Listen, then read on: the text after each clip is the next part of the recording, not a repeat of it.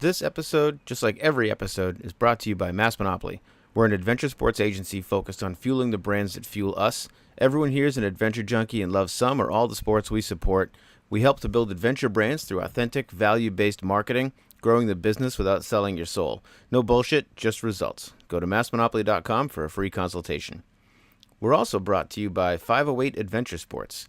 508's a family-run business who wants to keep adventure sports affordable for families. They sell handcrafted hard goods manufactured right in their New England shop, and they have a line of handmade skateboards on sale now. They also source affordable quality accessories for the sports they love, like mountain biking gloves, skateboarding pads, helmets, and all kinds of stuff to keep you and your family out on adventures without breaking the bank. Check them out at 508.com. F-I-V-E, the letter O, the number 8.com. It's just me and my co-host today, Mickey Cormier, so let's get going.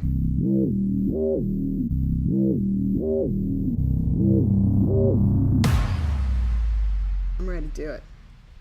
Already done, and we're going. We're live. Although we're not really live. Nobody's listening live. All right, so today's topic. What should we talk about? We're talking about what? Social and how to stand out when everybody looks the same. And the reason I thought it would be interesting to talk about is, at least in the space we work in adventure sports, social is it's a huge point of interest for all of the companies. They spend a lot of their time and efforts to gather assets and be posting to social all the time.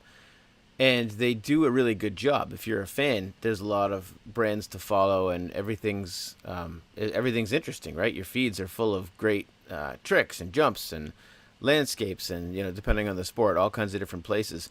But I guess my problem with it from a brand standpoint is every single company looks exactly the same. In fact, you don't even know what the company is because typically the products are in use, and like if it's a snowboard, you can't see the bottom of the board because they're riding it.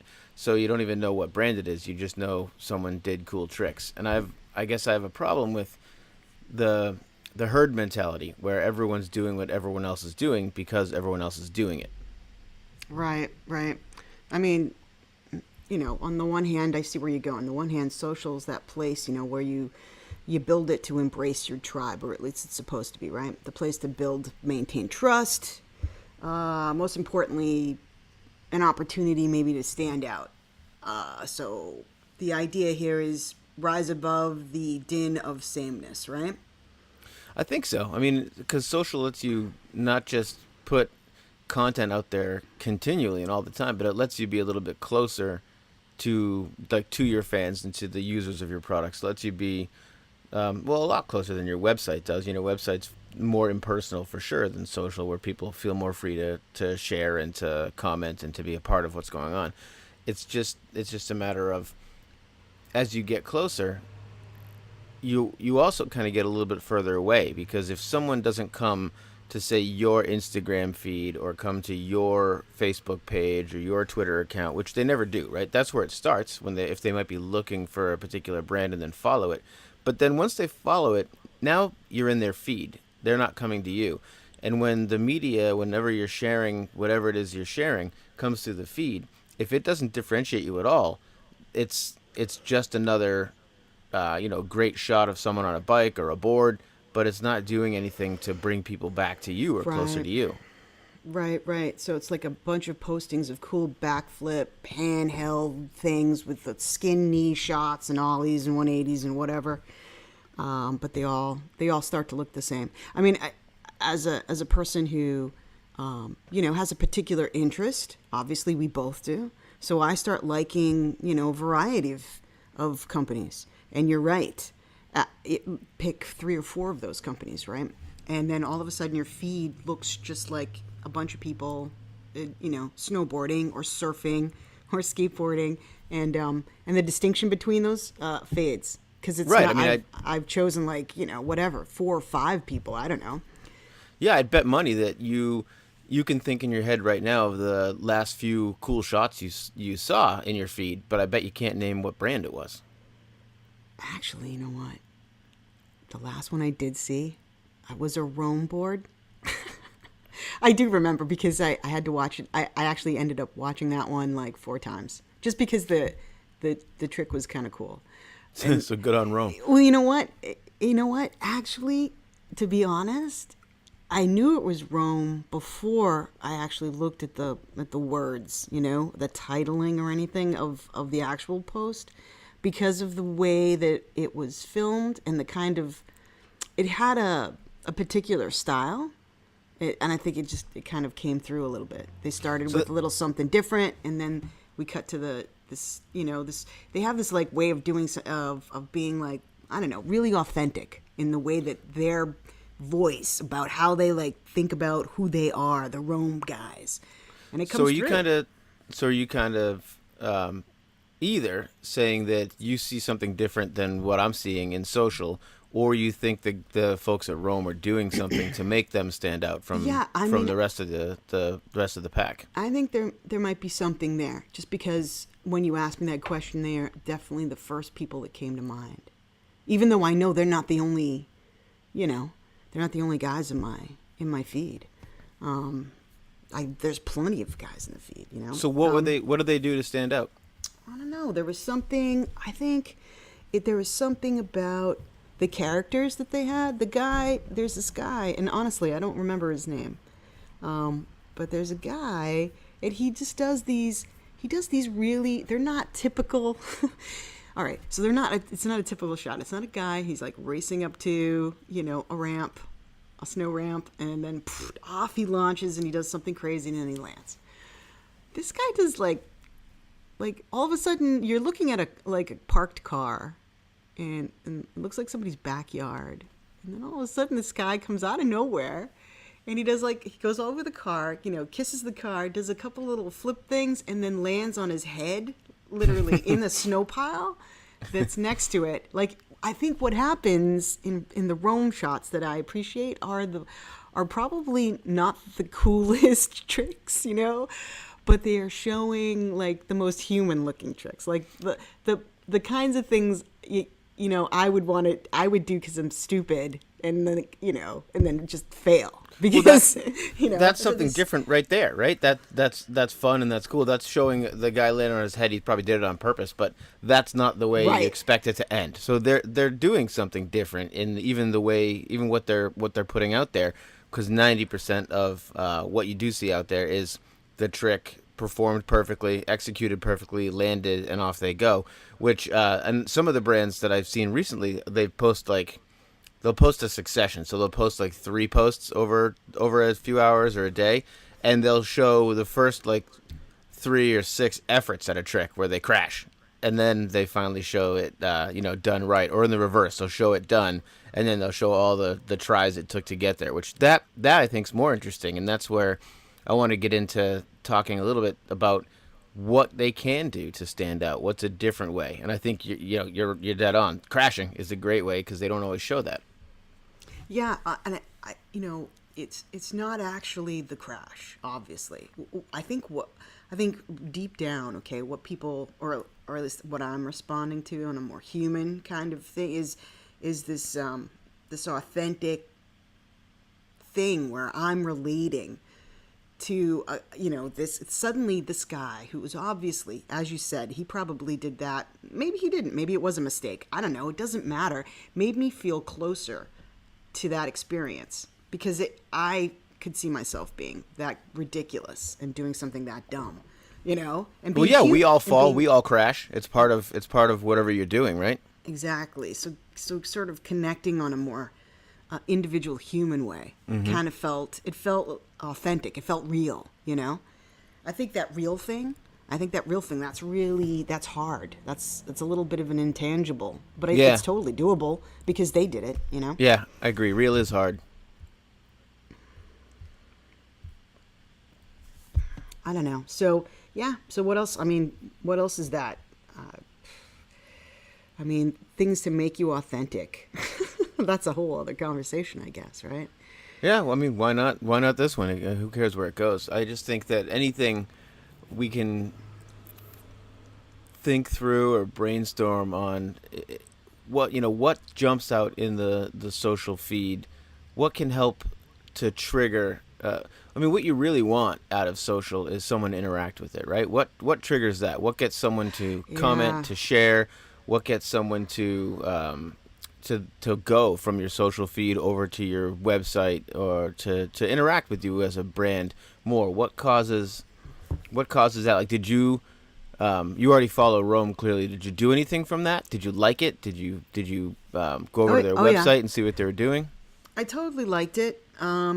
No, actually, yes. I mean, initially I did. I did go to the website just to take a look at it. I'm going there too for alternative purposes and like looking at the design. I want to see what kind of boards they have, what's the artwork like, stuff like that. And the liking thing, that helps too, right? I think likes are a bit underrated because they don't amount to anything in a sales capacity or anything, but it's very tribal. You like things so that others can see what you like, in the social sphere. It's a way of saying, "Hey, this represents me." And I think that that's a good place to start for some of these brands is when you have, let's say you've been posting 3 times a day for the last year. Go into some analytics and look at what got the most just likes, what got the most reactions, what got somebody to pause their day for a tenth of a second and do something because of your post, and then look at why. What were those posts about? Is there a common story in those that you can figure out how you should be, moving forward and doing more of your work? I think you're right. I think it isn't so much about the number of likes, but uh, the high engagement, right, versus the number of followers you have, which means that your content is probably more like it's good content because it's engaged with, right? So beyond even likes, perhaps take a look at likes and shares, because if I repost, okay, that's sort of starting now something virally in my own network, right? And that I think is more valuable than just like the thumbs up thing. Like how likely or is your content able to spread virally? I think that's a cool thing. So maybe you have like, yay, you get a like a day from, and you have like 1 million likes on something, but nobody shares it, or nobody clicks on it, or I think those are far less valuable, right? So if you had half that, right, number of likes, but those likes had people actually sharing that material or clicking into something, well, you're engaged, that engagement, that's way more valuable than the other 500 likes of like, Facebook people or wherever, Instagram peeps or where you were posting, right? Yeah. So how do you get that high engagement? That's a good question too. Yeah, and I wonder too about social is too much time spent on trying to spread things out through social, and I don't mean that to diminish the importance of how it helps to build the brand and get out there in front of a lot of people that you're not currently in front of. But I think a lot of what people do on social, they forget to think about why. What are they trying to achieve, right? Their Yep. marketing efforts. But and some do a bang up Yep. job and they clearly lead back to business, but a lot of them are just social to have stuff on social to say they're on social. And they Yep. forget I to think that think about why they're posting the content. Yeah, I think people should just not do something just because everybody else is doing it. I mean, you got to think about the target and what social platforms your audience, right, is spending a significant amount of time on. I think that and when you figure that, so it comes back down to the audience really. It's really you need to figure out who you are, right? So that you can say who you are. You want people to understand and connect with that.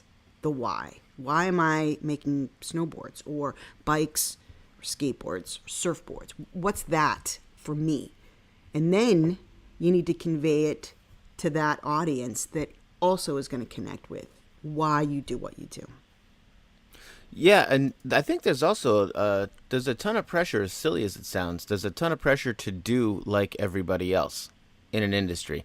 I was talking to a kind of a loud, vibrant brand yesterday, a mountain biking company, and they operate differently than a lot of the folks, and they get a lot of feedback on that and pressure from people. So they do things differently, and it leads to, I would say, arguably success in the market, and it gets them noticed, and it's very effective. But there's also the even internal pressures from people saying, "Hey, why are we doing this so different? Everyone else does this. Should we maybe look at that?"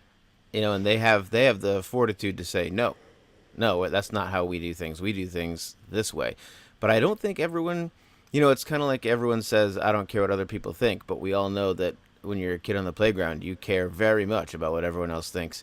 And I don't think that goes away, especially for marketing people who are, they have to answer to what they've done every day, and they can say, well, look, we compete with these guys and we're doing what they're doing. We look like them. We're all the same, which, I mean, everyone knows that being the same isn't going to help. But why do they keep doing it? Well, it is the quickest way, right? It's the cheap initial way to get sorry, excuse me. That's a cheap shot away to get recognized or to get eyeballs on something, is to be, almost as if you were in mistaken company. So, I'm gonna roll with all these cheetahs. I gotta look like a cheetah. You know what I mean? Because then the cheetahs, will embrace me and take me in, and all the other cheetahs looking at me will just think I'm a cheetah, so we could all hang, right?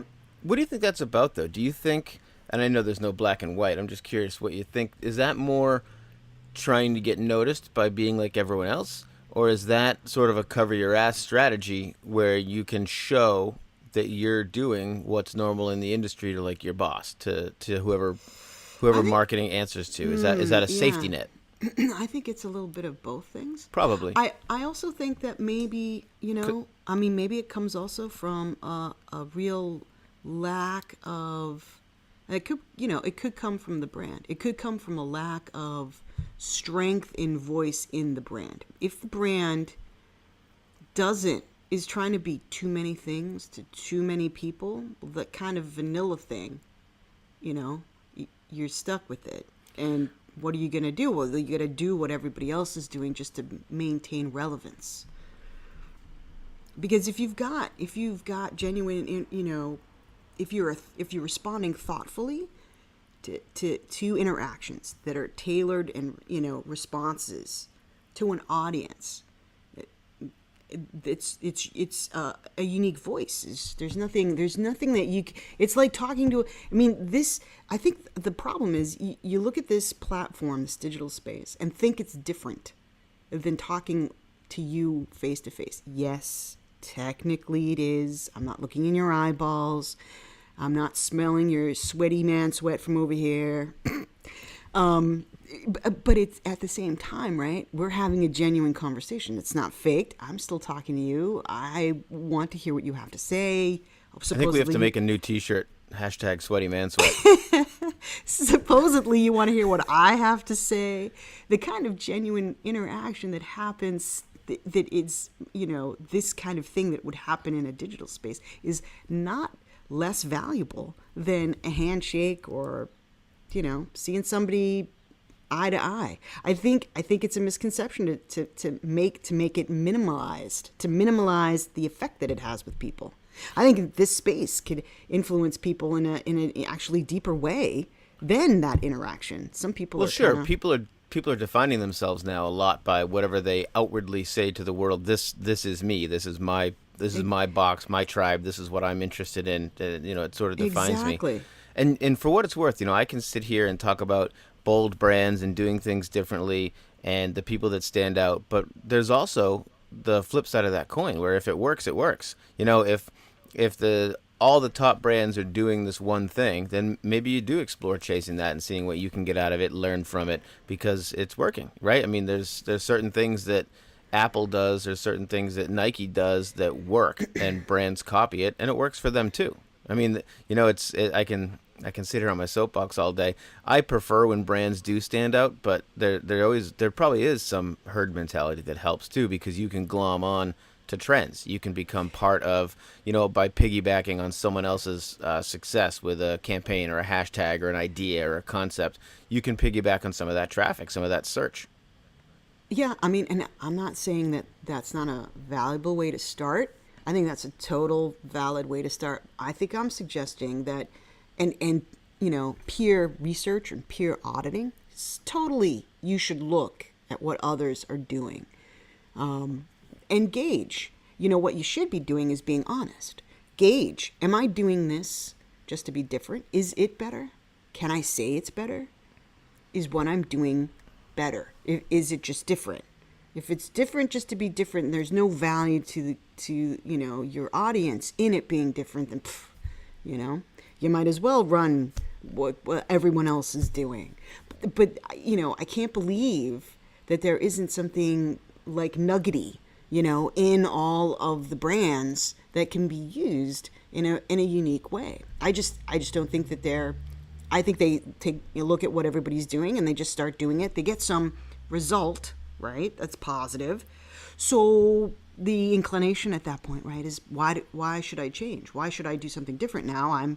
I'm getting a result from this. And all I'm suggesting is that result could be so much bigger, better, more meaningful than you might even lose, some followers who don't like what you have to say, but what you're gaining, right, in effect, are fans who really love you, and those people are going to buy stuff from you. And that's what you want to do anyway, right? Get people to buy stuff from you. I think you brought up something, I agree, but I think a few seconds ago you brought up something really, really interesting that I think impacts us just as much as anything else, and that's the capabilities, right, of the marketing folks, especially internal marketing teams that are handling it, where you brought up, looking at everything that you're putting out and saying, is it different? Is it different for a reason, or is it different just because? And taking that careful look at everything, that probably happens in the beginning of a campaign, or when you decide to get into social, or when you have into something new, right? Yeah. But then it slips into day to day, and it starts to become a norm, and things get systemized, and things start to just become the way it's done. And it's not like a fault thing. It's marketing teams. I have yet to meet one that has extra capacity. They're always worked absolutely balls to the wall, and there's no time for strategic thinking. There's no time to go back in and look over every single thing that you're doing. They have to be efficient in some way, but there's got to be a middle ground where you're not letting your stuff become too vanilla, even if it was edgy or interesting or on brand when it started. Everything evolves, and if you don't evolve with the market, with the brand, with the trends, with the gear, and you're still doing the same thing that you were doing 6 months or a year later, right. if it's too programmatic, it's people coasting. People can smell that, right? People sniff that out if it's coasting, because I would say when you're just coasting and you're putting out the same shit all the time, now you're getting closer to, it's just, might as well just do banner ad, which people gloss over and don't pay attention to because they know it's an ad, they know it's programmatic, they know it's just being fed there, either because of some profile you've got on them, or a website they visited, as opposed to something like the Rome video where a guy lands on his head that really caught your attention. Right. What that Rome video is really doing, right, is kind of inviting the person into the Rome world, right? It's trust through transparency. Like, that's huge. Kind of, creating a sort of brand loyalty around the idea of being, authentic, right? Yeah, it's authenticity, right? I mean, that's what comes in with all these brands. And a lot of these sports, the more adventurous sports, skating, surfing, snowboarding, mountain biking, they were born from a rebellious attitude. They were born from that, I'm an individual, I'm outside I'm the unique, norm. Yeah, and then when they feel that way, of course it resonates with the folks who are into it. Speaking in general terms. Of course. But yeah, you're right. If it's just glossed over, it's you're just not speaking the same language anymore. You're not talking to them the way they want to be spoken to, or the way it's going to resonate with them. Right, and because I feel like, because even that kind of idea, the idea of the punk generation or any rebel rock generation you can think of, as soon as it starts to become like popular and you start to farm it out and it becomes homogenized for everyone, then it isn't cool anymore, is it? It's not individual or unique. It becomes, the same. And Right. so what you want to do, because it is the same, because now you're talking all the same language, you're using the same things. And trending, right? When you're talking about following trends, it's not about really following what the other guy's doing. What you want to be doing is being ahead of that. Like you need to look at the trend and then see where that trend might be going, so you could be ahead of what this guy next to you is doing. Well, yeah, I like what you're saying because I mean, it goes, and I have some thoughts on that. It goes back to what we were originally talking about, right? Where social in general is whitewash. It's become everyone's posting the same thing within their genre of sport, right? So it's always just tricks, gear, tricks, gear, tricks, gear. What about looking at what the people who buy your products actually want and need? For instance, I think there's a huge opportunity in any age group. It's not even like if you're targeting millennials, which is like typical for a skateboard company, or if you're targeting older folks, Gen X and older for mountain bikes and other things. I think that the brands and they should keep showing the cool tricks and the competition and the World Cups and all that high level stuff.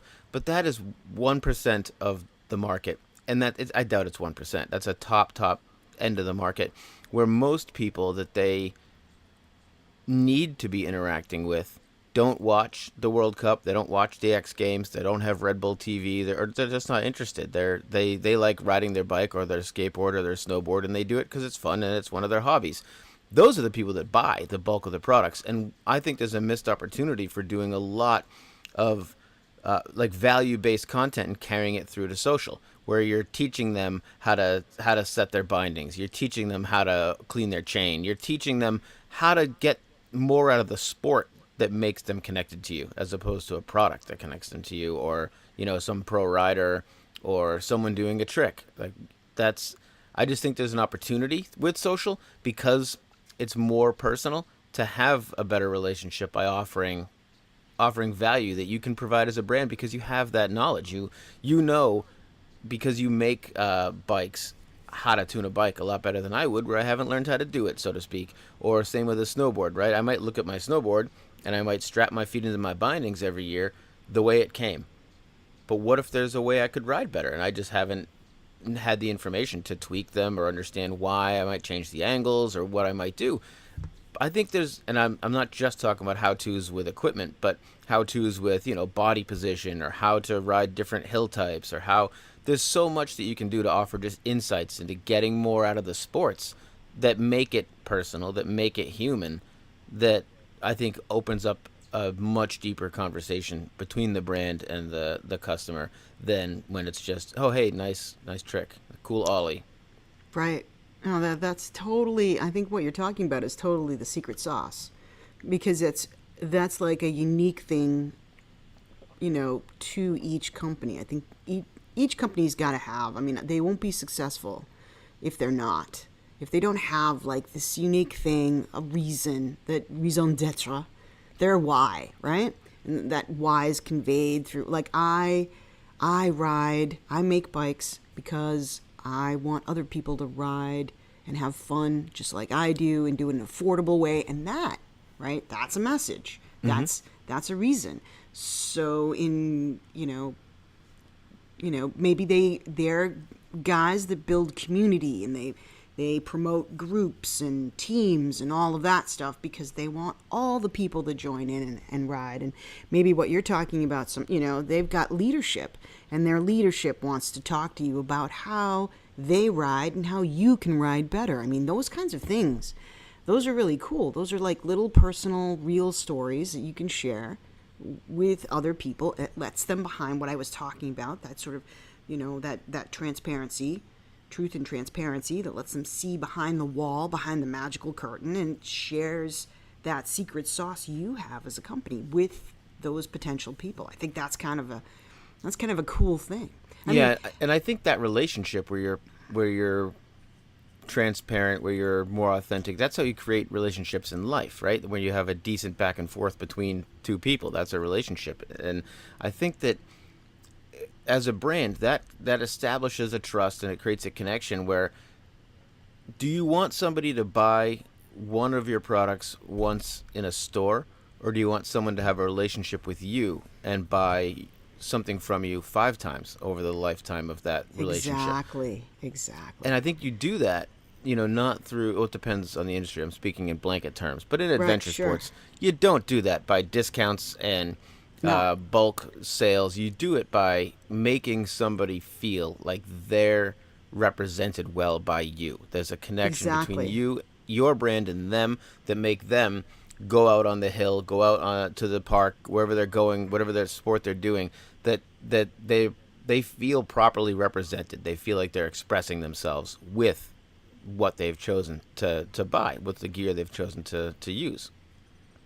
I know it, and actually, that sounds on the surface like something so simple, but some of what that requires on a marketing team's calendar is a lot of back and forth, a lot of actual, real, focused, genuine content, a lot of interaction and engagement pieces out there that would convey those kinds of things. And I think so to answer the previous question when we started, I mean, I think, if you've got a limited team and limited time, and maybe you've not allocated enough to your digital budget, what you end up doing, right, is playing that I'm at least as cool as everybody else game. Yeah, true. And I Yeah. think, and while initially, right, that kind of thing, maybe in the first couple of years, even that might work, for a while, it is not maintainable because there are just too many other people doing that same thing, and there are too many unique individuals trying to tell actual stories, to be authentic, and those are the people that are going to get those are going to be the people that get the eyeballs and the sales. And then most importantly, the sale. You're Yeah. going to have a lifelong customer. And if you want a lifelong customer, you're going to have to speak to them. Yeah, I think something you said there really resonates too, because it's over time it becomes whitewash if everyone's doing the same thing, and the I think the sea of companies is getting bigger fast in almost every like adventure sport that's out there. With like skateboarding is going to be in the 2020 Olympics, with mainstream sports like football and hockey coming under real scrutiny with CTE and the problems with head trauma. I think parents, kids, I think people are looking for other outlets and other things to do, and probably partly because of that, and partly just because they're fun and they're getting more exposure now than ever. All these sports are growing. Snowboarding's finally growing again. Skating is growing again. Mountain biking's just been off the charts growth. So is road riding. I don't mean to leave out other disciplines, but they're all exploding. They're all growing real fast, and what that means is more brands are going to be flooding the market. Right, more and more and more are coming in. And if you look at any of those markets, it's already full of big companies, medium companies, small companies, and boutique. And the boutiques are getting more and more because barriers to entry are gone, and it's easy for people to start to create things and have ideas. So, really figuring out why should somebody spend some of their attention on you, I think is going to become more and more and more important in this industry. Uh, well, it already is, right? It's just getting more important by the day because you're just going to get left behind. Yeah, I absolutely agree. And, that's a thing. It's a total thing. And it requires time and effort. And it's painful, right? To like say that, time and effort. It's like real work I have to do. Social seems so simple, and it's really not. It is exactly like you're talking to someone. The energy you put in and out to be a real person in a real world scenario is exactly the kind of energy you want to convey online, because people can sniff that unauthentic thing from a mile away, Yeah. and they're just not gonna, they might like you for those cool little tricks, but that's it. You'll always be like that Facebook like and never be, in their garage. That's Right. where you want to be. And I think there's a tendency with most of these brands to, especially in the industries where it's relevant to have pro riders in competition, they focus a lot on those pros, and I think that's part of it, and it's important. So I'm not saying that they shouldn't do that, but that tends to be a large, dominant part of their marketing and their focus, where the problem in that is that rider might ride for someone else next year, and what you're doing is you're creating a relationship between a person instead of your brand and the customer. Exactly. And that's Yep. really dangerous because they ride for company X this year, they ride for company Y next year. All those eyeballs and all the money spent building that relationship and that trust, they're moving on over to that next brand with that celebrity, with that professional, with that, the winner. So I'm not saying it's bad. It is good. It's cool to have a hot athlete on the team, but be careful that that's not what you're building your brand on. That they're building their career on your brand. Right, exactly. I mean, there's a lot of examples of exactly what you're talking about. I used to work with this golf company, and they had a very big leadership program, and one of the guys that played their golf ball was Tiger Woods. And as soon as Tiger Woods became Tiger Woods we know today, The infamous Tiger Woods?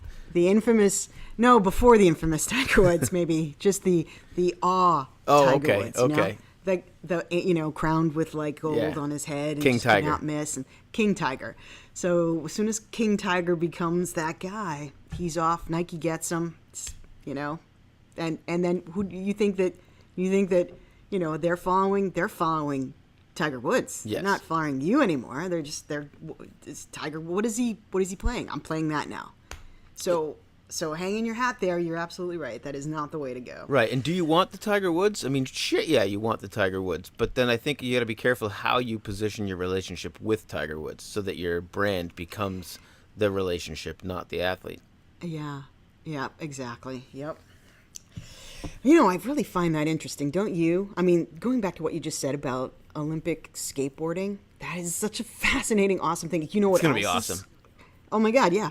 Tokyo, too. I mean, talk about what a crazy, awesome place to have the Olympic skateboarding in 2020. I know. That's crazy. Cross country You know what mountain else biking is in it too. I mean, I'm excited for a lot of the. I don't know if that's new Yeah. or not. I'm not a huge Olympic guy, but it's I new to me. believe it is. It's new to me that it's in there. So I think that's great. I mean, those are sports that I will tune into the Olympics to see. I'm excited to see mountain biking in there, skateboarding in there.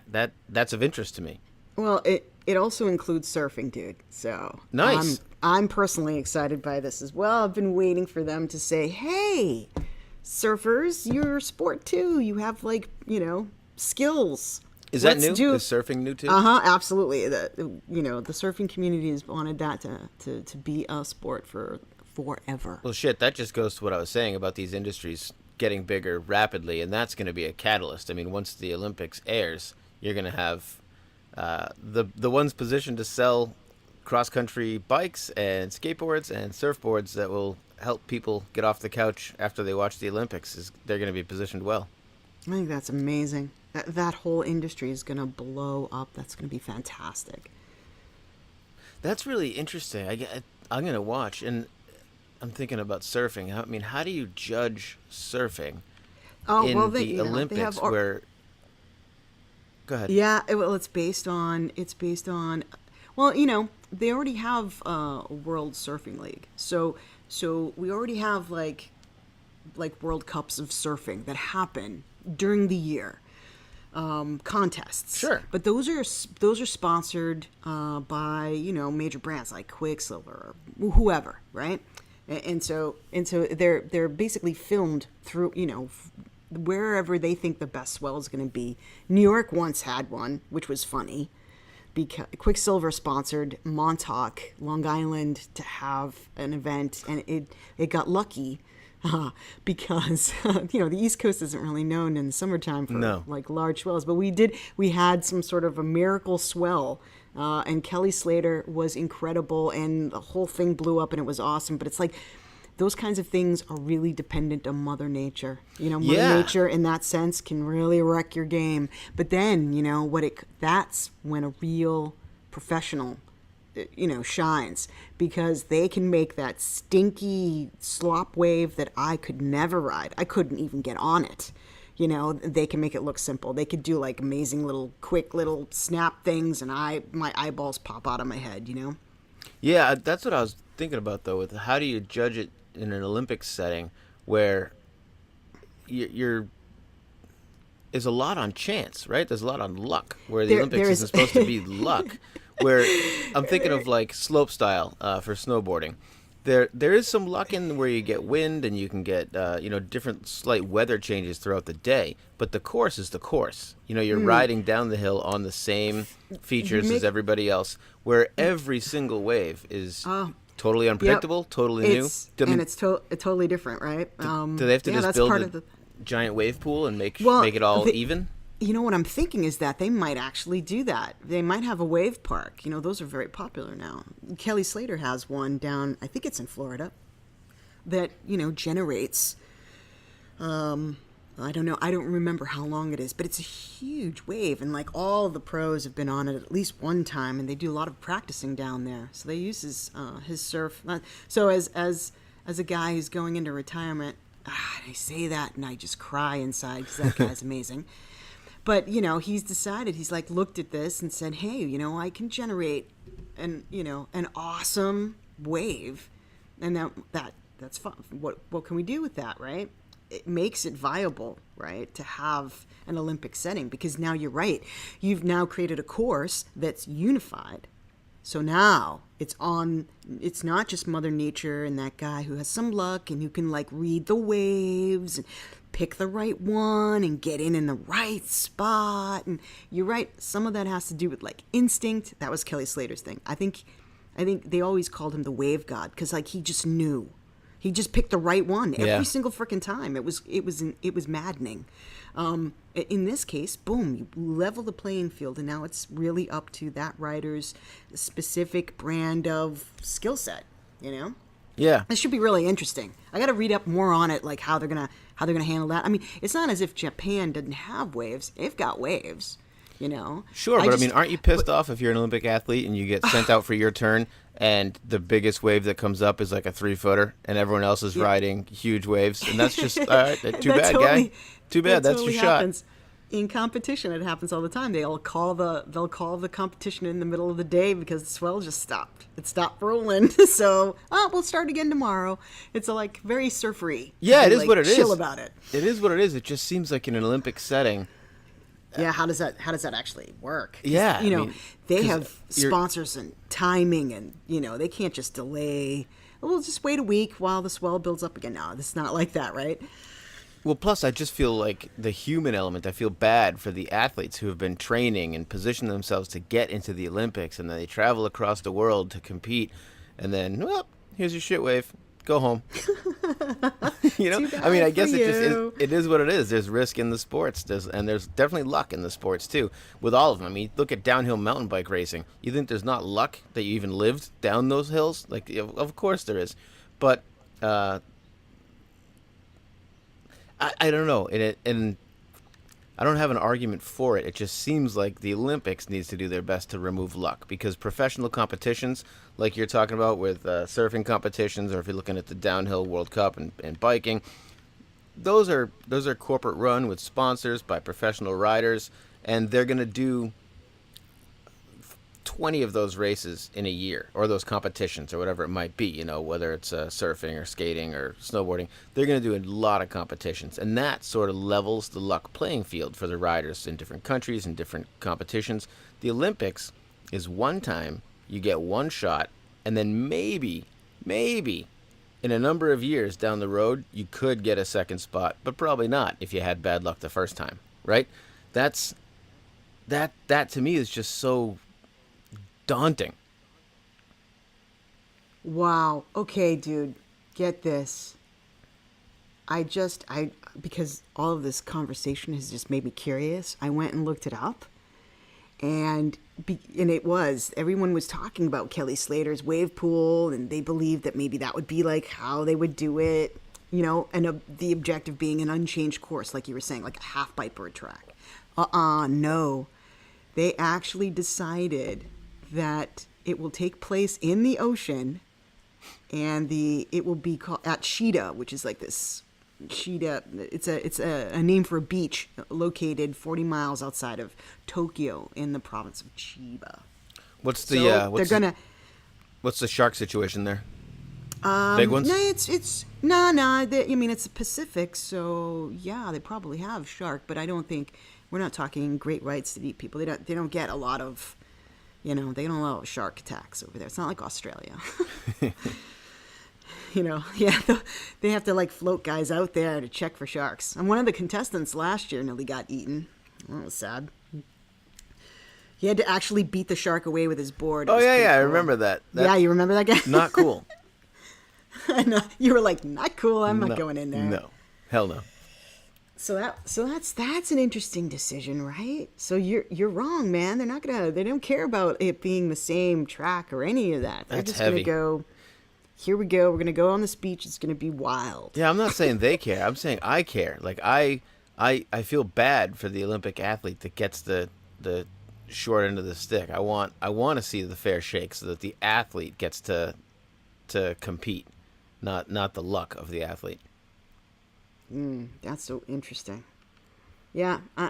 Oh well. What are you gonna do? I guess we just see how it goes. Yeah, I They mean, could just, if it doesn't go well, they'll probably drop it right from the Olympics for next year. So. yeah, let's hope it goes well. Because I remember in the Winter Olympics watching some of the ski jump competitions, and some of them where some of the athletes had perfect weather, and some were like almost benched. It was so windy they couldn't jump, or they'd get their run and they'd get a headwind, which would obviously ruin their jump, as opposed to having a Right. tailwind or no wind. Exactly. It's totally Exactly. it's totally something's being taken from them, and I don't know. To me, it just seems like it's such a more dramatic loss than in a professional competition. Because again, you're going to compete, all year long in all the competitions. If you're a pro athlete, the Olympics is just that one shot. You're out.